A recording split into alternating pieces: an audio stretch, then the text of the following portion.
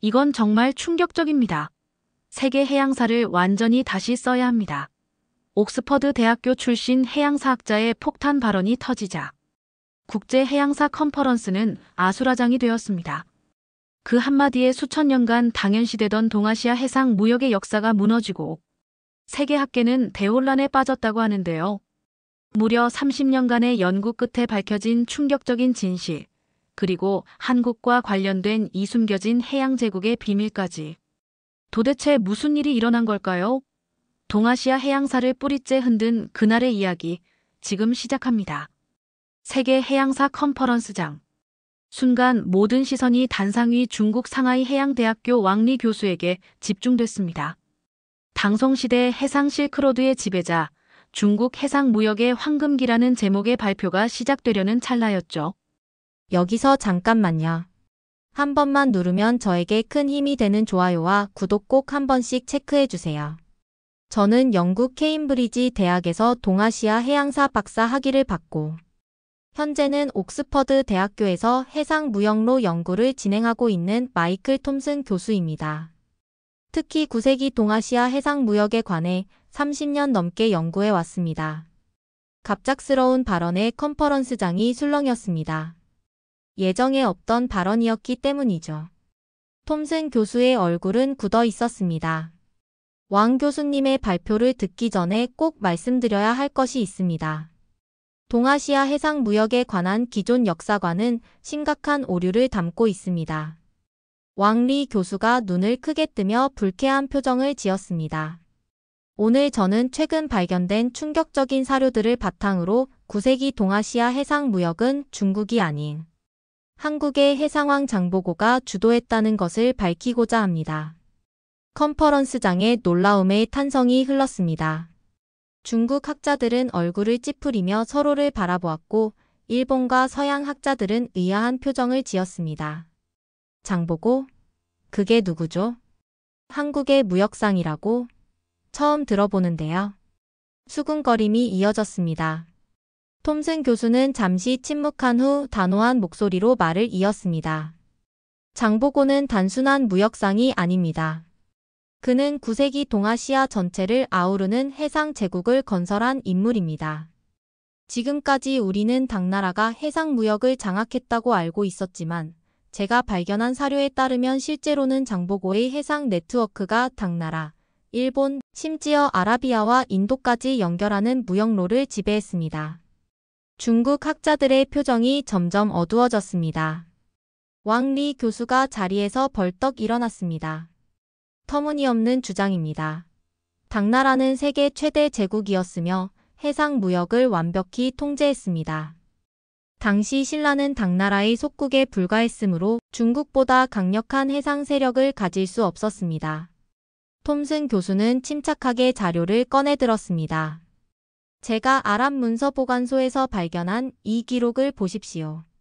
9세기 아랍 상인들이 장이라는 이름의 동방 해상 제국과 교역했다는 내용입니다.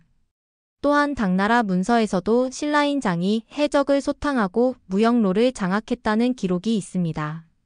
톰슨 교수의 발언에 컨퍼런스장은 더욱 혼란스러워졌습니다.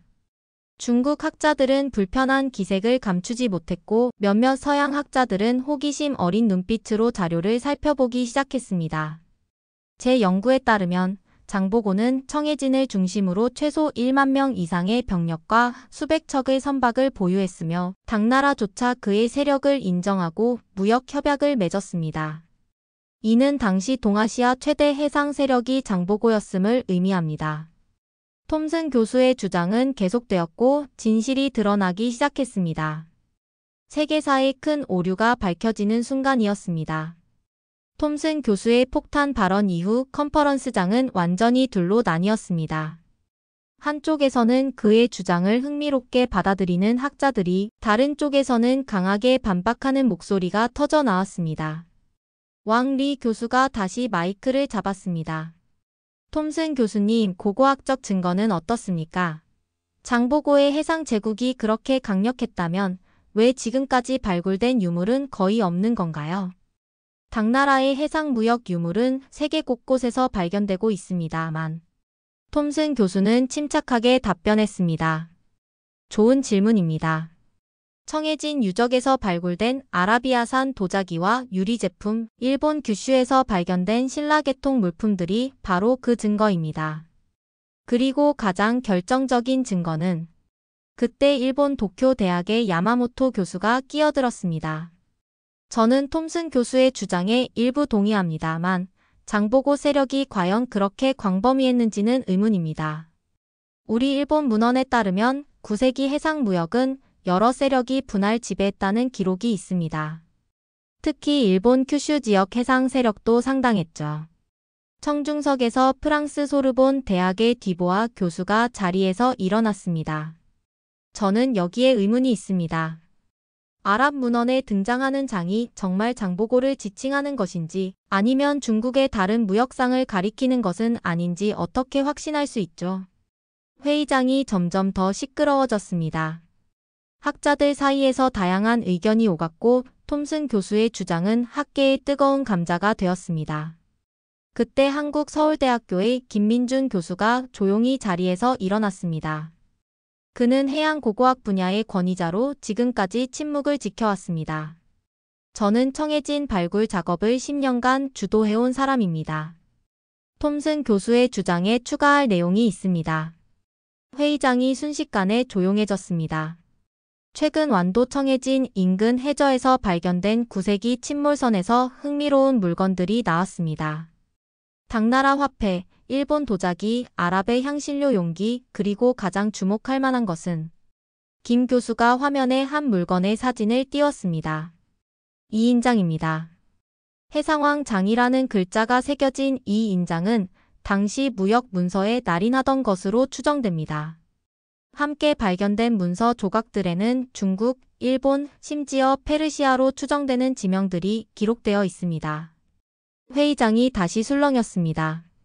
미국 하버드 대학의 로버트 존슨 교수가 손을 들었습니다. 김 교수님, 그 유물의 연대 측정은 확실한가요? 위조 가능성은 없습니까? 김 교수는 고개를 끄덕였습니다. 탄소 연대 측정 결과 이 유물들은 828년에서 841년 사이의 것으로 확인되었습니다. 정확히 장보고가 활동하던 시기죠. 그리고 다수의 국제연구팀이 이 발굴에 참여했습니다. 하버드 대학의 에릭슨 교수도 함께하셨죠. 존슨 교수는 놀란 표정으로 고개를 끄덕였습니다. 영국 런던 대학의 스미스 교수가 일어섰습니다. 이 모든 증거가 사실이라면 우리는 세계 해양사를 다시 써야 할지도 모릅니다. 하지만 하나 묻고 싶은 것이 있습니다. 왜 지금까지 장보고의 해상 제국에 대한 이야기가 제대로 알려지지 않았을까요? 서양 역사서는 물론 동아시아 역사서에서도 그의 영향력이 과소평가된 이유가 무엇입니까? 톰슨 교수와 김 교수가 서로를 바라보았습니다. 톰슨 교수가 먼저 입을 열었습니다. 제 생각에는 두 가지 이유가 있습니다. 첫째, 장보고의 죽음 이후 그의 해상 네트워크가 빠르게 해체되었기 때문입니다. 역사는 종종 지속적인 영향력을 남긴 세력에 초점을 맞추는 경향이 있죠. 둘째, 역사 기록의 대부분이 중앙정부 중심으로 작성되었기 때문입니다. 장보고는 중앙정부와 독립적으로 활동한 인물이었죠. 김 교수가 덧붙였습니다. 또한 동아시아 역사 서술이 주로 중국 중심으로 이루어져 왔다는 점도 간과할 수 없습니다. 장보고의 활동은 당나라 중심의 역사관에서 벗어난 사례이기 때문에 기록에서 축소되었을 가능성이 큽니다. 그 말에 왕리 교수를 비롯한 중국 학자들이 불편한 기색을 드러냈습니다. 왕 교수가 다시 자리에서 일어났습니다. 그럼에도 불구하고 당나라가 동아시아 최대 강국이었다는 사실은 변하지 않습니다. 설령 장보고가 해상 무역에서 중요한 역할을 했다 해도 그것은 당나라의 허락과 지원 하에 가능했을 겁니다. 톰슨 교수가 미소를 지었습니다. 흥미롭게도 제가 발견한 당나라 문서에는 오히려 반대의 내용이 기록되어 있습니다. 당나라가 장보고에게 해적 소탕을 요청했다는 내용이죠. 이는 당시 장보고의 해상 세력이 당나라보다 더 효과적이었음을 시사합니다. 일본의 야마모토 교수가 다시 끼어들었습니다. 그렇다면 장보고는 어떻게 그토록 강력한 해상 세력을 구축할 수 있었습니까? 신라는 당시 내륙 국가였고 해양 강국으로 알려진 바가 없는데요. 톰슨 교수는 차분하게 설명을 이어갔습니다. 장보고는 원래 신라인이었지만 젊은 시절 당나라 해군에서 복무한 경험이 있습니다. 그곳에서 해양무역과 전투 기술을 배웠죠. 하지만 그가 진정으로 혁신적이었던 점은 단순한 군사력이 아니라 무역 네트워크를 구축하는 방식이었습니다. 김 교수가 화면에 또 다른 자료를 띄웠습니다. 청해진은 단순한 군사 기지가 아니라 국제 무역 허브였습니다. 최근 발굴된 청해진 유적에서는 다국적 상인들이 거주했던 흔적이 발견되었습니다. 중국인, 일본인, 아랍인들의 거주 구역이 구분되어 있었죠. 이는 장보고가 다문화 무역 도시를 운영했음을 보여줍니다. 프랑스의 디보아 교수가 감탄했습니다. 마치 현대의 홍콩이나 싱가포르 같은 국제 무역 도시였군요. 9세기에 이런 개념이 있었다니 놀랍습니다. 톰슨 교수가 고개를 끄덕였습니다. 정확합니다. 장보고의 가장 혁신적인 점은 포용적인 무역 정책이었습니다. 그는 다양한 국적의 상인들에게 청해진에서의 활동을 허가했고 그들의 안전을 보장했습니다.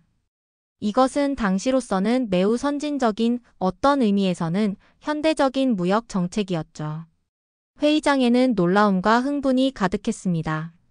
학자들은 자신들이 알던 역사의 틀이 깨지는 충격적인 순간을 경험하고 있었습니다. 그러나 이것은 시작에 불과했습니다. 톰슨 교수의 다음 발언은 더욱 충격적인 사실을 드러내게 될 것이었습니다. 톰슨 교수는 대형 스크린에 새로운 자료를 띄웠습니다. 그것은 아랍어로 쓰인 고문서의 번역본이었습니다. 이것은 9세기 페르시아 상인 이븐 하사드가 쓴 여행기의 일부입니다. 제가 이란 테헤란 국립박물관에서 발견한 자료죠. 그는 이렇게 기록했습니다. 톰슨 교수가 천천히 읽기 시작했습니다. 동쪽 바다의 지배자장이 영토에 도착했다. 그의 배들은 크고 강하며 그의 전사들은 용맹하다. 중국의 황제조차 그를 경계한다고 한다. 그의 영토 청해진에서는 세계 각국의 상인들이 모여 자유롭게 교역한다. 이곳에서 우리는 중국, 인도, 일본, 심지어 아프리카의 상품까지 구할 수 있었다. 회의장이 완전히 조용해졌습니다. 아랍 상인의 직접적인 증언은 강력한 증거였습니다. 미국 스탠포드 대학의 제니퍼 리 교수가 놀란 표정으로 질문했습니다. 그 문서의 신빙성은 어떻게 확인하셨나요? 날짜와 장소가 정확히 특정되나요? 톰슨 교수는 고개를 끄덕였습니다. 문서의 종이와 잉크는 방사성 탄소 연대 측정 결과 9세기 중반의 것으로 확인됐습니다. 더불어 이븐 하사드의 이름은 당시 아랍 무역상 명부에서도 발견됐죠. 그는 실제 인물입니다. 왕 리 교수가 다시 자리에서 일어났습니다. 이번에는 그의 목소리에 약간의 불안감이 묻어났습니다.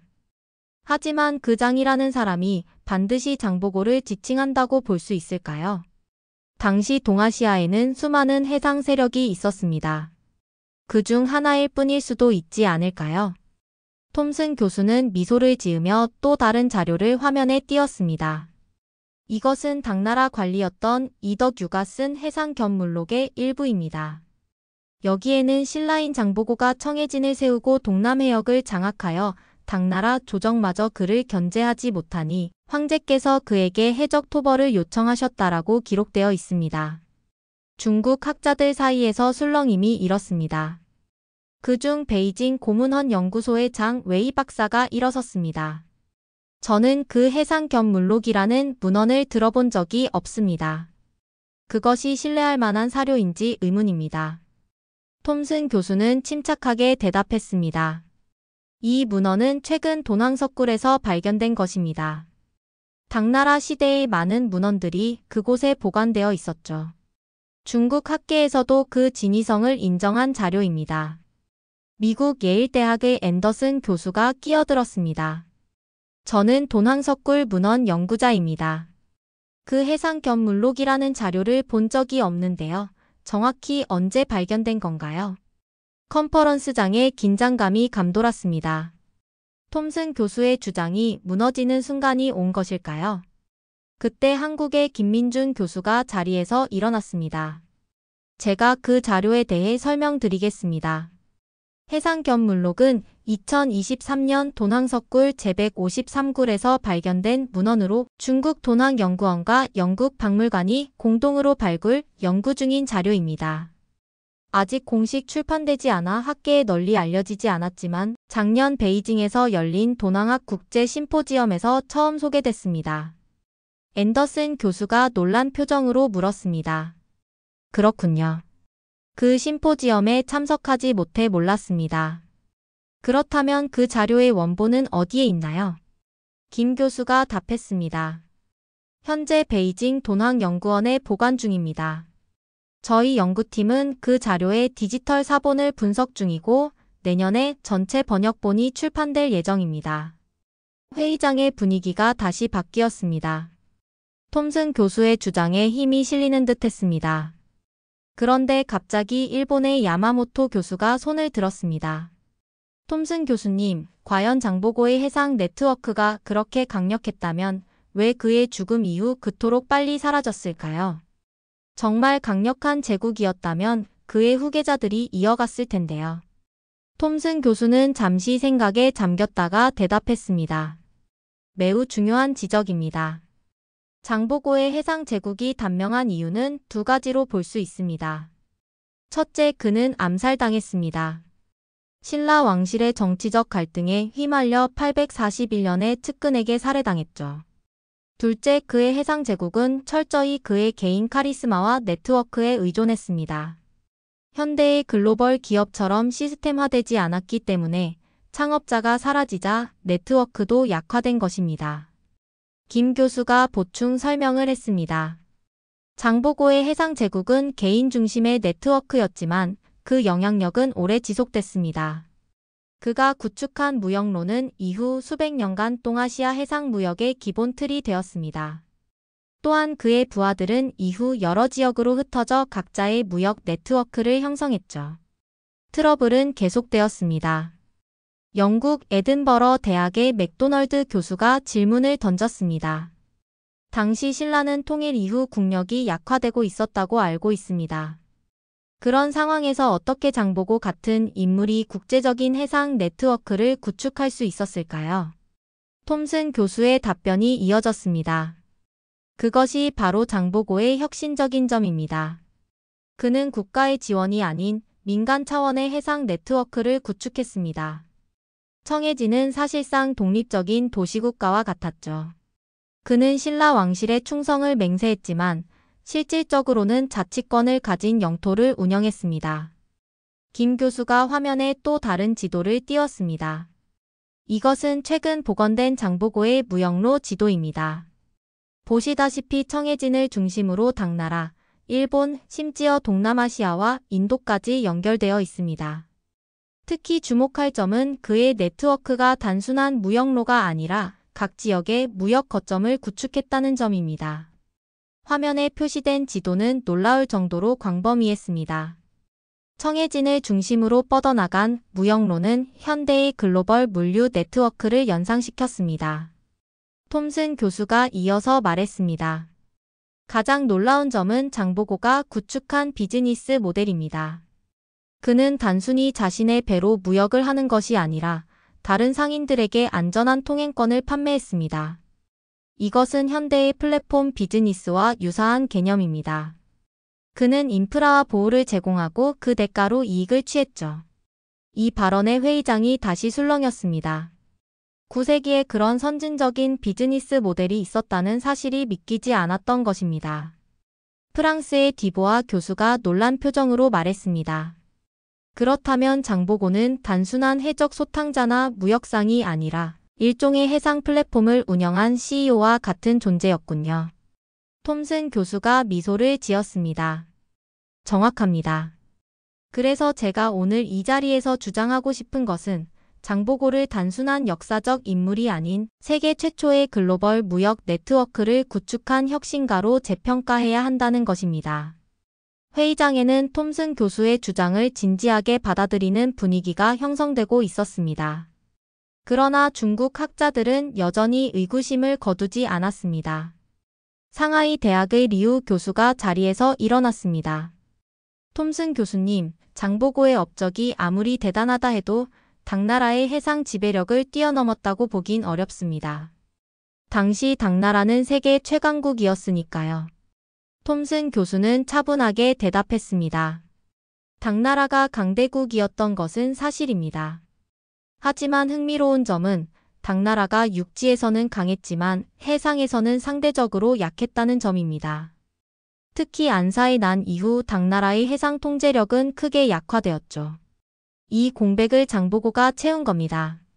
그때 회의장 뒤쪽에서 차분한 목소리가 들려왔습니다. 저는 이 논쟁에 새로운 자료를 제시하고 싶습니다. 모두의 시선이 그쪽으로 향했습니다. 그곳에는 베트남 하노이 대학의 응행 교수가 서 있었습니다. 저희 베트남의 고문서에도 장보고로 추정되는 인물에 대한 기록이 있습니다. 9세기 중반 베트남 북부 해안에 장씨라는 해상 세력이 무역을 주도했다는 기록이 있죠. 이들은 베트남, 중국, 그리고 남쪽의 참파 왕국 사이의 무역을 중개했습니다. 이 새로운 증언은 장보고의 영향력이 동남아시아까지 미쳤음을 시사하는 것이었습니다. 회의장의 분위기가 완전히 바뀌었습니다. 그러나 논쟁은 끝나지 않았습니다. 또 다른 충격적인 사실이 드러나려 하고 있었습니다. 톰슨 교수는 마지막 자료를 준비하며 장보고의 진정한 역사적 위상을 밝힐 준비를 하고 있었습니다. 컨퍼런스장의 모든 참석자들이 톰슨 교수의 마지막 발표를 기다리고 있었습니다. 그는 천천히 결정적 자료를 스크린에 띄웠습니다. 이것이 제가 발견한 가장 중요한 증거입니다. 2021년 카타르에서 발굴된 상인의 무덤에서 발견된 하마드 문서입니다. 화면에는 3가지 다른 언어로 작성된 문서가 나타났습니다. 아랍어, 중국어, 그리고 신라어였습니다. 이 문서는 신라의 장보고 당나라의 상인, 양주오 그리고 아랍의 무역상 아라마드 사이에 체결된 3자 무역 협약입니다. 서기 828년에 작성된 이 계약서는 세 당사자가 대등한 위치에서 맺은 국제무역 협약입니다. 회의장이 완전히 침묵에 빠졌습니다. 9세기 동아시아에 이미 글로벌 무역 협약이 존재했다는 사실이 믿기지 않았던 것입니다. 협약에 따르면 장보고는 청해진에서 중국과 아라비아를 오가는 무역선의 안전을 책임지고 그 대가로 무역 이익의 일부를 받기로 했습니다. 또한 청해진에 국제무역센터를 설립하여 세 나라의 상인들이 자유롭게 교역할 수 있도록 합의했죠. 미국 콜롬비아 대학의 파커 교수가 떨리는 목소리로 물었습니다. 그 문서의 진위성은 어떻게 확인되었습니까? 톰슨 교수는 침착하게 답변했습니다. 이 문서는 카타르 국립박물관, 옥스퍼드 대학, 베이징 대학의 전문가들이 공동으로 분석했습니다. 방사성 탄소 연대 측정, 잉크 성분 분석, 종이 섬유 검사 등 모든 테스트 결과 9세기 초반의 진품으로 확인됐습니다. 김민준 교수가 보충 설명했습니다. 이두 문자로 작성된 신라어 부분은 9세기 신라 문서의 특징과 정확히 일치합니다. 서울대 연구팀도 이 분석에 참여했습니다. 중국의 장 웨이 박사가 마지막 방어선을 펼쳤습니다. 이 모든 증거가 사실이라 해도 장보고는 아마도 당나라의 허락하에 활동했을 것입니다. 톰슨 교수는 하마드 문서의 또 다른 부분을 가리켰습니다. 이 문서에 첨부된 편지에서 당나라 황제가 장보고에게 해적 소탕을 요청했다는 내용이 있습니다. 명령이 아닌 요청이었죠. 즉 장보고는 당나라와 대등한 위치에서 협상할 수 있는 세력을 가진 인물이었습니다. 회의장이 술렁였습니다. 일본의 야마모토 교수가 놀란 표정으로 물었습니다. 그렇다면 장보고는 사실상 해상에서 독립국가와 같은 위치였다는 말씀인가요? 톰슨 교수는 고개를 끄덕였습니다. 정확합니다. 청해진은 형식상으로는 신라에 속했지만 실질적으로는 자치권을 가진 일종의 도시국가였습니다. 현대로 비유하자면 홍콩이나 싱가포르 같은 국제 무역 허브였죠. 톰슨 교수가 마지막 슬라이드를 보여주었습니다. 최신 고고학 발굴과 역사 자료를 바탕으로 복원한 9세기 청해진의 3D 이미지였습니다. 보시다시피 청해진은 단순한 군사기지가 아니라 상업구역, 주거구역, 다국적 상인들을 위한 숙소, 창고, 심지어 다양한 종교 시설까지 갖춘 국제도시였습니다. 톰슨 교수가 결론을 내렸습니다. 장보고는 단순한 해적 소탕자가 아니었습니다. 그는 9세기 동아시아 최초의 글로벌 무역 네트워크를 구축한 비즈니스 혁신가였습니다. 그의 해상 네트워크는 중국, 일본, 동남아시아, 인도, 심지어 아랍 세계까지 연결했고 그의 비즈니스 모델은 현대 글로벌 무역의 원형이라고 볼 수 있습니다. 톰슨 교수의 발표가 끝나자 회의장에서는 기립박수가 터져 나왔습니다. 왕리 교수를 비롯한 중국 학자들도 마지막에는 인정할 수밖에 없었습니다. 컨퍼런스가 끝나고 뉴욕타임스, BBC, 르몽드 등 세계 주요 언론이 이 발견을 대대적으로 보도했습니다. 9세기 한국인 장보고 세계 최초의 글로벌 무역 네트워크 구축자로 재발견. 동아시아 해양사 다시 쓰인다. 장보고의 해상 제국의 주목. 기존 서구 중심적 무역사의 오류 바로잡혀. 톰슨 교수의 연구는 세계 역사학계에 큰 파장을 일으켰습니다. 역사 교과서가 수정되기 시작했고 장보고에 대한 연구가 활발히 진행되었습니다. 그로부터 1년 후 더 놀라운 발견이 이어졌습니다. 완도 청해진 인근 해저에서 발견된 9세기 무역선에는 중국 도자기, 아랍의 유리 제품, 인도의 향신료, 일본의 칼, 심지어 서아프리카의 금 장식품까지 실려 있었습니다.